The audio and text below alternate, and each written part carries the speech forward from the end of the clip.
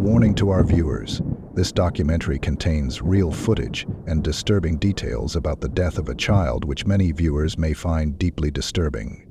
Viewer discretion is strongly advised. Evelyn is my whole world. These words echoed across Tennessee newscasts in February 2020 as a young mother named Megan Boswell pleaded for her missing daughter's return. Tears streamed down her face as she begged for answers. But even as those tears fell, even as she stood before news cameras making emotional pleas, baby Evelyn lay just yards away from where her mother slept each night. The 15-month-old's body was wrapped in aluminum foil, stuffed into a trash can, hidden inside Megan's own childhood playhouse. Her mother's fingerprints would be found pressed into both the foil around her baby's face and the trash can itself. For months, she wove 11 different stories about her daughter's disappearance, each tale more elaborate than the last. But the truth would shake even hardened detectives to their core. Every time this mother begged for her daughter's safe return on national television, she knew exactly where baby Evelyn was and what she had done to her. Welcome to the Shadow Files crime series. Tonight's case will shake you to your core. Take a moment to hit subscribe, drop a like, and please let us know where you're watching from. And now, we begin. Early 2020. As America stood on the precipice of an unprecedented pandemic, life in the small town of Blountville, Tennessee, still moved at its familiar, unhurried pace. Nestled in the heart of Sullivan County, where the Appalachian Mountains paint the horizon, this tight-knit community of just over 3,000 souls represented everything quintessentially small-town American. Here, downtown storefronts still displayed local wares, the historic Czech village was experiencing a renaissance, and neighbors gathered for morning coffee at family-owned diners that had served the same recipes for generations. But on a bitter February morning, as frost etched patterns on window panes and chimney smoke curled into the winter sky, an Amber Alert pierced through cell phones across the state. The message was troubling not just for what it said, but for what it implied. A 15-month-old girl named Evelyn Mae Boswell was missing. Then came the detail that would stop investigators in their tracks. No one outside the family had seen baby Evelyn since December. 2 months had passed without a single sighting.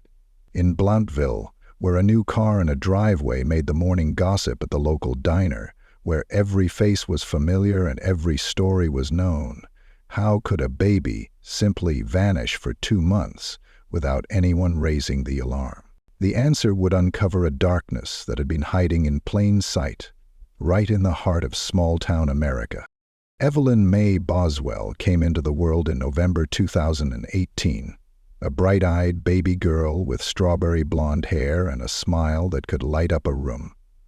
Despite the circumstances of her birth, to a mother who was barely 17, those who knew the family say little Evelyn brought joy wherever she went. Her mother, Megan Boswell, was herself just a child when Evelyn was born. Born into a fractured home, Megan's early years were marked by instability. Her mother, Angela, had married Megan's father, Tommy, when she was just 15, and their household was troubled by drug use and domestic violence. By the time Megan entered the foster care system as a pregnant teenager, she was, according to her foster mother, Gail Kite, one of the worst cases of neglect she had seen in 15 years of fostering. Malnourished, traumatized, and scared, 17-year-old Megan arrived with her hair so matted with lice that it couldn't be combed. But something changed when Evelyn was born. Those who knew Megan said she seemed determined to give her daughter everything she never had. She took Evelyn to every scheduled doctor's appointment. She celebrated each milestone. For a while, it seemed like this baby girl might be the miracle that would break the cycle of trauma. Even Megan's grandmother, known to the family as Omami, would later testify that Megan appeared to be a devoted mother. "We loved her, so we kept her a lot," she would tell the court, speaking of the times Megan and baby Evelyn would stay with her. But beneath this picture of maternal devotion, something darker was brewing. Something that would eventually shatter not just a family, but an entire community's trust. As we go into the most chilling details of this documentary, take a brief moment to like and subscribe to our channel if you haven't already for more in-depth investigations and analysis of significant cases like this. By the winter of 2019, something began to shift. The changes were subtle at first, so subtle that no single person could piece together the disturbing puzzle that was forming. Sue Whitson, Evelyn's babysitter, was among the first to notice troubling signs. "I'd never seen a diaper rash that bad," she would later testify, her voice breaking as she recalled the infant's condition. It was the kind of neglect that should have raised red flags, but at the time seemed like it could be explained away. Then came the absences. Friends like Caitlin Carter began noticing something odd. Megan was showing up places more frequently without baby Evelyn. When asked, there was always an explanation. Evelyn was with her father, with her grandmother, sleeping at home. The excuses seemed plausible enough at first. Dr. Barbara E. Pugh, Evelyn's pediatrician, noted a disturbing pattern. After regular checkups for the first 9 months of her life, Evelyn was brought in for one final sick visit at 10.5 months. Then, nothing. The crucial 12-month checkup came and went without any contact. Even more concerning were the observations of Erica Stacy, whose son had dated Megan. She recalled something chilling, Megan referring to her baby as mean. It was a comment that would later take on a more sinister meaning. These weren't just changes in a young mother's behavior. They were the first threads of a dark tapestry that was being woven, one that wouldn't become clear until it was too late. The last confirmed sighting of baby Evelyn alive was in December 2019. After that, Megan Boswell began crafting a web of stories so intricate that it would take investigators months to untangle the truth from the lies. December 26, 2019, Megan told officers this was the last time she'd seen her daughter, claiming she'd left Evelyn with the baby's father, Ethan Perry, but Perry, stationed with the military, was thousands of miles away.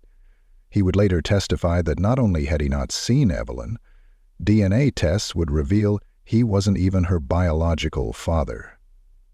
By February 18, 2020, Tommy Boswell Sr., Megan's father, could no longer shake the feeling that something was wrong. He filed the missing person report that would finally bring baby Evelyn's disappearance to light. "Don't get mad at me when I say this," he would later confront his daughter in a recorded police interview, "but I don't think you're telling the truth." As investigators pressed for answers, Megan's stories began to multiply. First, she claimed Evelyn was with her father. When that lie crumbled, she accused her own mother, Angela Boswell, of taking Evelyn to a campground in Virginia. But detectives found no trace of the child there. In a series of television interviews on February 21st, Megan spun yet another tale. She claimed she knew who had Evelyn, but couldn't reveal their identity because they would flee with her daughter, all while surveillance footage and cell phone records would later show Megan going about her life, even applying for an apartment with her new boyfriend, conspicuously leaving Evelyn's name off the lease. Former FBI agent Paul Durant would later uncover messages where Megan claimed to be in a custody battle that didn't exist. She sent photos she claimed were recent, but digital forensics proved they were months old, taken when Evelyn was still alive. Each story seemed crafted to buy more time, to deflect more questions. But as one detective would later observe, she told us pieces of the truth, just never enough to find Evelyn. As investigators dug deeper, baby Evelyn's case revealed a disturbing pattern of calculated deception. FBI Special Agent Paul Durant uncovered a digital trail that painted a chilling picture of a mother living a double life. While the community searched frantically for her missing daughter, Megan's social media told a different story. She posted about new relationships, shared photos at an aquarium with her new boyfriend, and made plans for a future that conspicuously didn't include Evelyn. Cell phone records revealed something even more disturbing. A text message claiming someone was following her, sent during the critical period, was just another fabrication.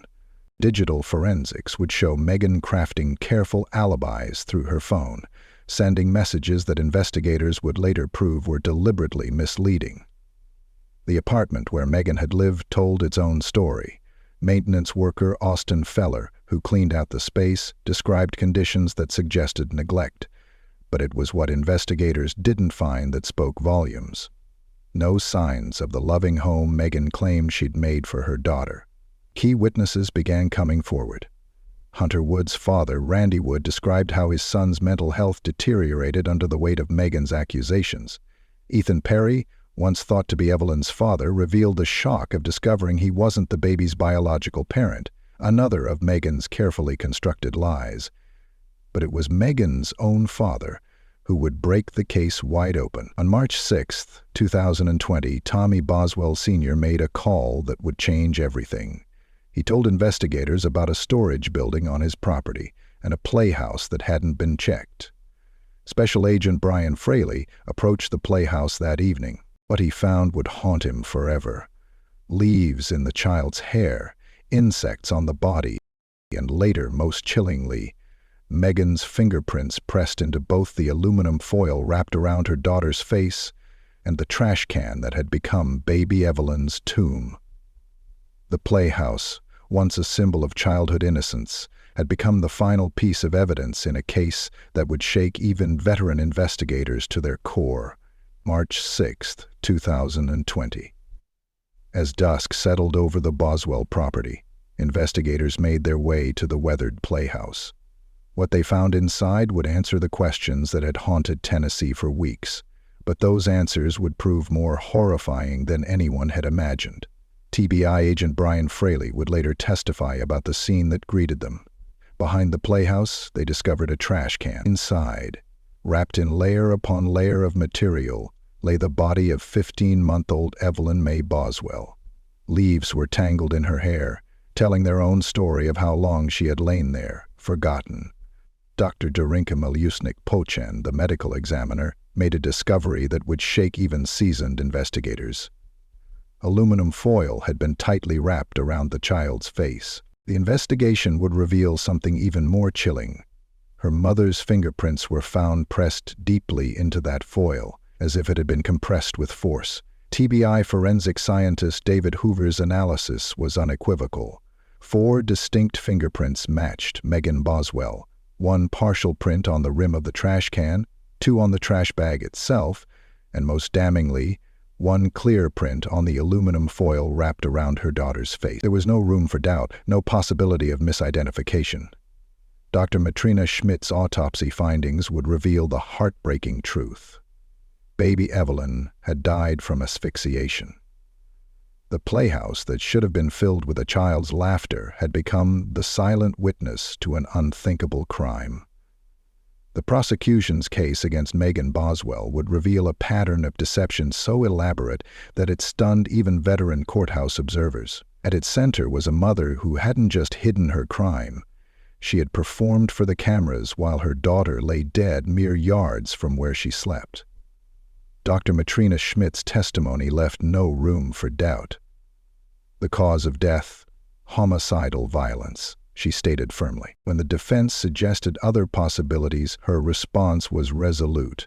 I ruled it out.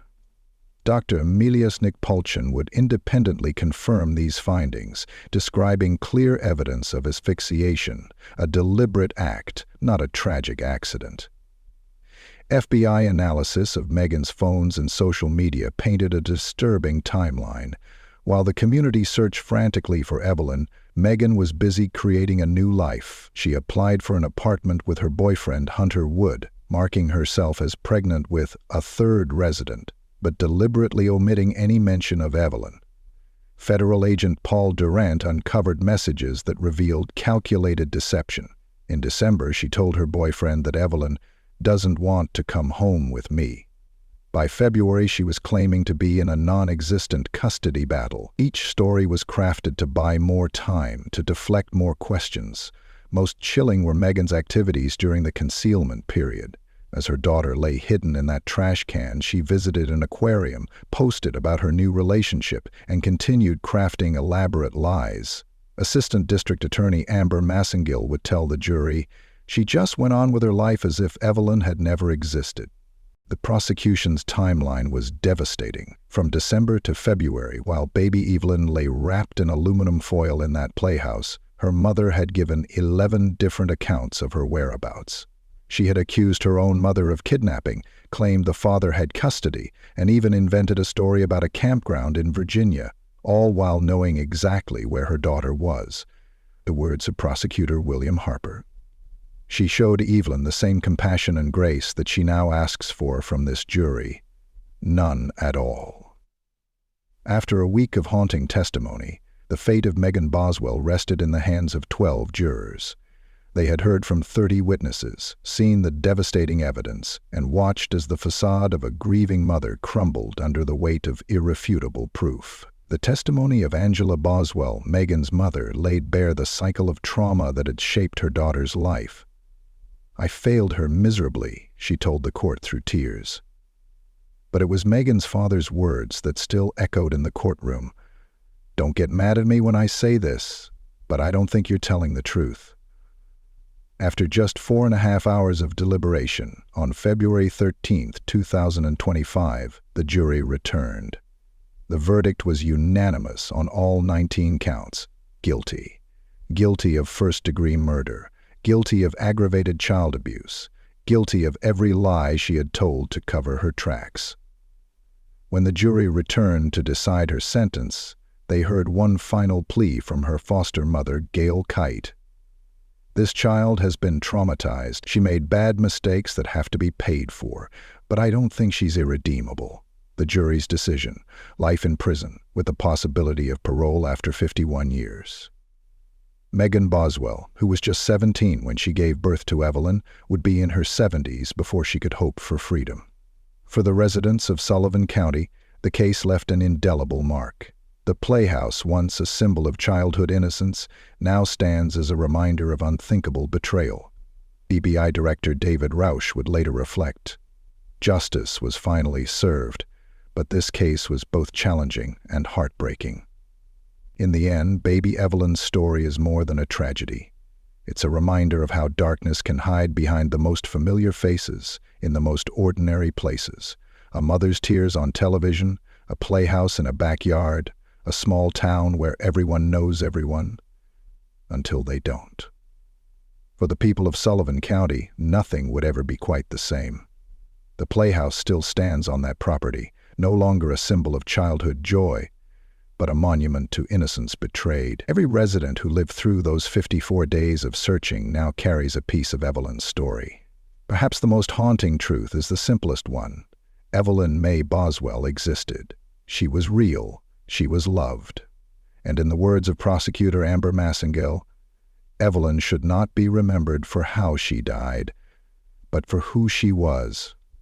A bright-eyed 15-month-old little girl who deserves so much more than the truth of what happened in that playhouse. If you enjoyed this content, join our community by subscribing and turning on notifications. Every subscriber makes it possible for us to keep creating content we're passionate about sharing with you.